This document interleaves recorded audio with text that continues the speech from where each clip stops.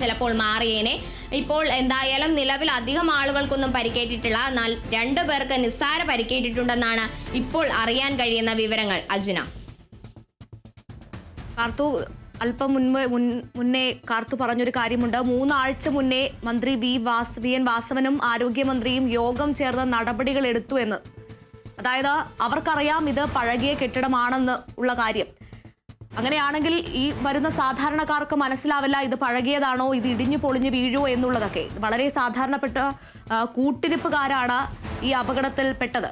അപ്പോൾ ഇത് ആരോഗ്യ മേഖലയിൽ നിന്നും ആ ആശുപത്രിയുടെ ഭാഗത്തു നിന്നുണ്ടായ ഒരു കെടുകാര്യസ്ഥതയല്ലേ ഇത്തരത്തിൽ അത് അറിയിക്കാത്തതും അവിടെ പ്രവേശിക്കാൻ പാടില്ല എന്ന ഒരു നിയന്ത്രണം ഏർപ്പെടുത്താത്തത്.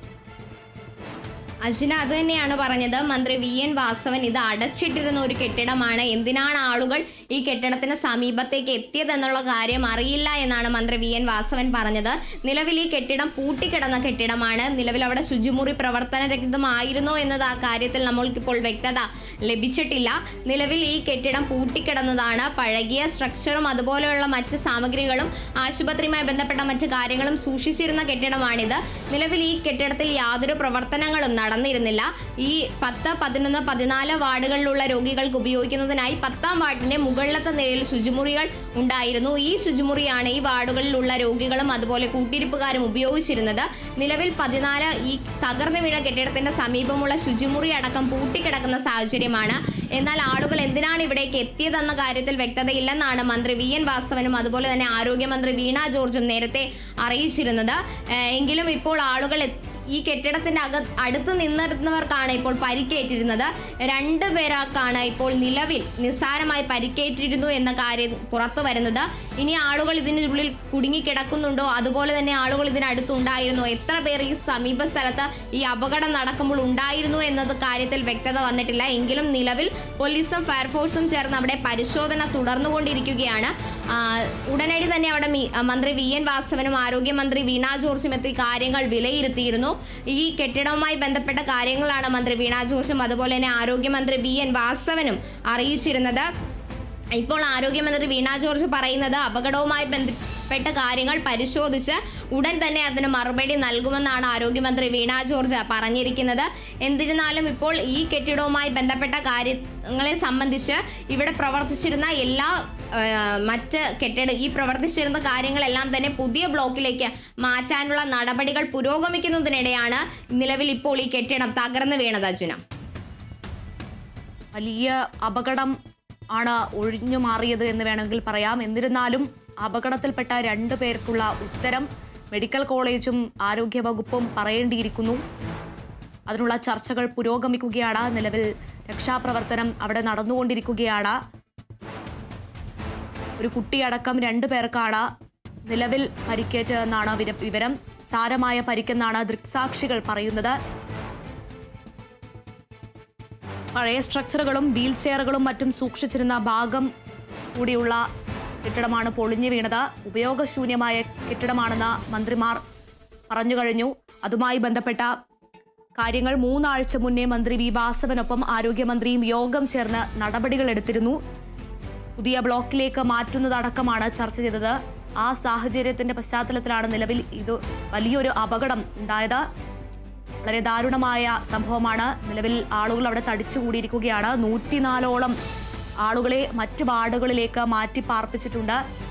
ആളപായം സംഭവിച്ചോ, ബാക്കിയുള്ള വിവരങ്ങളൊക്കെ കാർത്തു പങ്കുവെക്കുന്നതാണ്. കാർത്തു, തുടരാം. അർജുന, ഇത്തരത്തിലൊരു അപകടം ഉണ്ടായെങ്കിലും ഇതൊരു വലിയ ദുരന്തമാണ് ഉണ്ടായെങ്കിലും അധികം ആളുകൾക്ക് അപകടം സംഭവിച്ചില്ല എന്ന് തന്നെ വലിയൊരു ആശ്വാസം തന്നെയാണ്. നിലവിൽ 2 പേർക്ക് മാത്രമേ നിസ്സാരമായി പരിക്കേറ്റിട്ടുള്ളൂ. ഇത് ഉപയോഗശൂന്യമായിരുന്ന കെട്ടിടമായതിനാലാണ് വൻ ദുരന്തം തന്നെ ഒഴിവായി മാറിയത്. കോട്ടയം മെഡിക്കൽ കോളേജിന്റെ ശുചിമുറിയോട് ചേർന്ന 14ാം വാർഡിന്റെ താഴത്തെ നിലയിൽ ശുചിമുറിയോട് ചേർന്നുള്ള കെട്ടിടമാണ് തകർന്നു വീണത്. ഇത് ഉപയോഗശൂന്യമായിരുന്നില്ല. അതിനാൽ തന്നെയാണ് വലിയ അപകടം ഒഴിവായത് തന്നെ നമുക്ക് പറയാൻ സാധിക്കും. ഇവിടെ ഈ കെട്ടിടത്തിന്റെ അരികിൽ നിന്നവർക്കാണ് ചിലപ്പോൾ അപകടം സംഭവിച്ചിട്ടുണ്ടാവുക.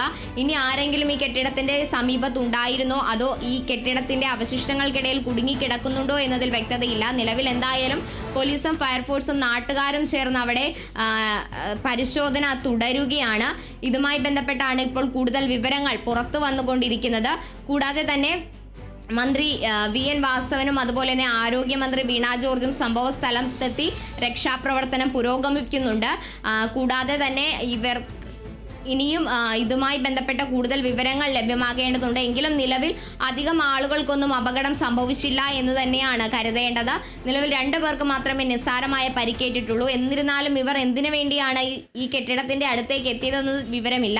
കാരണം ഈ കെട്ടിടം പഴകിയ കെട്ടിടമാണ്. ഇത് ദിവസങ്ങളായി പൂട്ടിക്കിടക്കുന്ന കെട്ടിടമാണ്. ഈ കെട്ടിടം ഇപ്പോൾ ഉപയോഗശൂന്യമല്ല. ആശുപത്രിയിലെ തന്നെ പഴയ സ്ട്രക്ചറുകളും വീൽ ചെയറുകളും മറ്റും സൂക്ഷിക്കാനാണ് ഇപ്പോൾ ഈ കെട്ടിടം ഉപയോഗിച്ചിരുന്നത്. ഇപ്പോൾ നിലവിലെ ഈ ഇതിന്റെ സമീപത്തുള്ള ഒരു ഭാഗമാണ് ഇടിഞ്ഞു വീണത്. കൂടാതെ തന്നെ ഇതിന്റെ 10, 11, 12 വാർഡുകളിലുള്ള രോഗികളെ അടക്കം ഇപ്പോൾ മാറ്റി മറ്റൊരു വാർഡിലേക്ക് മാറ്റിയിട്ടുണ്ട്. അപകടത്തിന്റെ തോത് വർദ്ധിപ്പിക്കാതിരിക്കാനാണ് ഇത്തരത്തിലൊരു ഉടൻ തന്നെ നടപടി ആരോഗ്യരംഗം സ്വീകരിച്ചത്. അതുപോലെ തന്നെ മെഡിക്കൽ കോളേജിന്റെ ഈ ഭാഗത്ത് എന്തുകൊണ്ടാണ് കാലപ്പഴക്കം തന്നെയാണ് ഇടിഞ്ഞു വീഴാൻ കാരണമെന്ന് നമുക്ക് മനസ്സിലാക്കാം.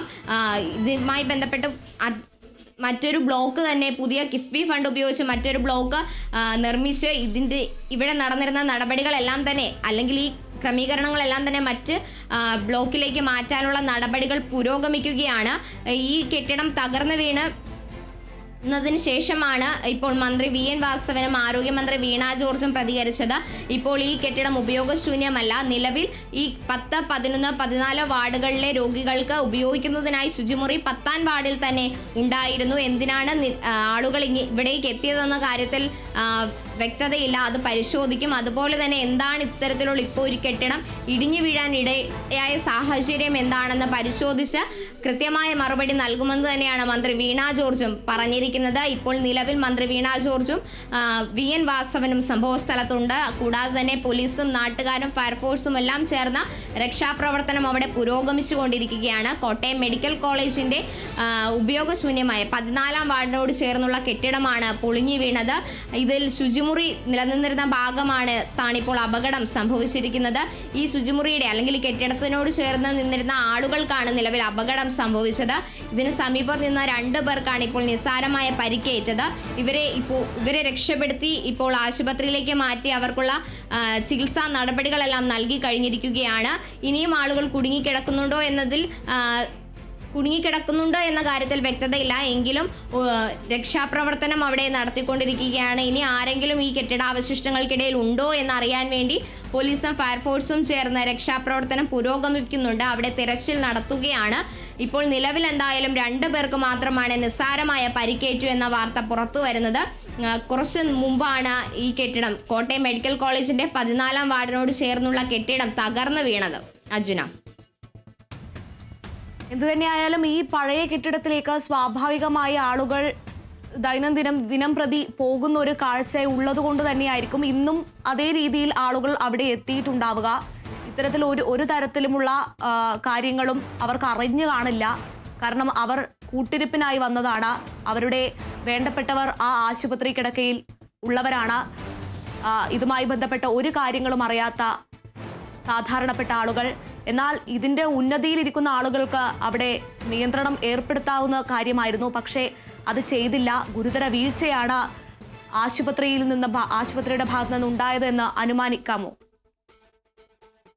തീർച്ചയായും അർജുന, ഇത് അധികൃതരുടെ ഭാഗത്തു നിന്നുണ്ടായ വീഴ്ചയാണോ എന്ന കാര്യത്തിലും വ്യക്തത വരേണ്ടതുണ്ട്. എന്തിനാണ് ആളുകൾ ഈ ഒരു ഭാഗത്തേക്ക് എത്തിയത്? അടച്ചിട്ടിരുന്ന കെട്ടിടമാണെങ്കിൽ അതുമായി ബന്ധപ്പെട്ട കാര്യങ്ങൾ രോഗികളിലേക്കും അതുപോലെ തന്നെ കൂട്ടിരിപ്പുകാരിലേക്കും എത്തിക്കേണ്ടതാണ്. അതുമായി ബന്ധപ്പെട്ട എന്തെങ്കിലും അടയാളങ്ങളോ എന്തെങ്കിലും അവിടെ സൂചിപ്പിക്കേണ്ടതാണ്. എന്നാലും ഈ കെട്ടിടം ഉപയോഗശൂന്യമായിരുന്നു എന്നാണ് മന്ത്രിമാർ ഇപ്പോൾ വ്യക്തമാക്കുന്നത്. ഇതുമായി ബന്ധപ്പെട്ട മെഡിക്കൽ കോളേജ് അധികൃതർ കൂടുതൽ വ്യക്തത വരുത്തേണ്ടതുണ്ട്. ഈ കെട്ടിടത്തിന്റെ അടുത്തേക്ക് രോഗികൾ അല്ലെങ്കിൽ കൂട്ടിരിപ്പുകാർ എത്തുന്നതുമായി ബന്ധപ്പെട്ട നടപടികൾ നേരത്തെ തന്നെ സ്വീകരിക്കേണ്ടതായിരുന്നു. എങ്കിൽ ഇത്തരത്തിലൊരു അപകടം സംഭവിച്ചതിൽ 2 പേർക്ക് നിസ്സാരമായി പരിക്കേറ്റ അവസ്ഥ ഉണ്ടാകില്ലായിരുന്നു. എങ്കിലും മറ്റ് ആളുകൾ ഇവിടേക്ക് എത്താത്തത് വലിയ അപകടം തന്നെയാണ് ഒഴിവാക്കി വിട്ടിരിക്കുന്നത്. നിരവധി പേർക്ക് പരിക്കേൽക്കേണ്ട ഒരു സാഹചര്യം. ഇപ്പോൾ നിലവിൽ അവിടെ കെട്ടിടം പ്രവർത്തനരഹിതമായിരുന്നെങ്കിൽ നിരവധി പേർക്ക് പരിക്കേൽക്കേണ്ട ഒരു സാഹചര്യമായിരുന്നു ഉണ്ടാകേണ്ടത്. എന്നാൽ ഇപ്പോൾ അവിടെ പ്രവർത്തനരഹിതമായതിനാൽ തന്നെ അധികം ആളുകൾക്ക് പരിക്കേറ്റില്ല എന്നത് തന്നെയാണ് ഏറ്റവും നോക്കേണ്ട കാര്യം തന്നെ. ഇപ്പോൾ നിലവിൽ എന്തായാലും 2 പേർക്ക് മാത്രമാണ് നിസ്സാരമായി പരിക്കേറ്റിരിക്കുന്നത്. എങ്കിൽ ഇപ്പോൾ ഈ ശുചിമുറി, ഇതുമായി ബന്ധപ്പെട്ട ശുചിമുറി അടക്കം അടച്ചിട്ടിരുന്നതാണ് എന്നാണ് മന്ത്രി അറിയിക്കുന്നത്. 10, 11, 14 വാർഡുകളിലെ രോഗികൾക്കും കൂട്ടിരിപ്പുകാർക്കുമായി മുകളിലത്തെ നിലയിലെ 10ാം വാർഡിനോട് ചേർന്നുള്ള ശുചിമുറിയാണ് ഉപയോഗിച്ചുകൊണ്ടിരുന്നത്. എന്നാൽ ഈ ശുചിമുറി ഇപ്പോൾ ഈ ഇടിഞ്ഞു വീണ കെട്ടിടത്തിന് സമീപമുള്ള ശുചിമുറി ഉപയോഗശൂന്യമായിരുന്നു എന്നാണ് മന്ത്രിമാർ വ്യക്തമാക്കുന്നത്. എങ്കിൽ ഈ ഒരു സ്ഥലത്തേക്ക് ആളുകൾ എന്തിന് എത്തി എന്നതടക്കമുള്ള കാര്യത്തിൽ ആശുപത്രി അധികൃതരാണ് കൃത്യമായ മറുപടി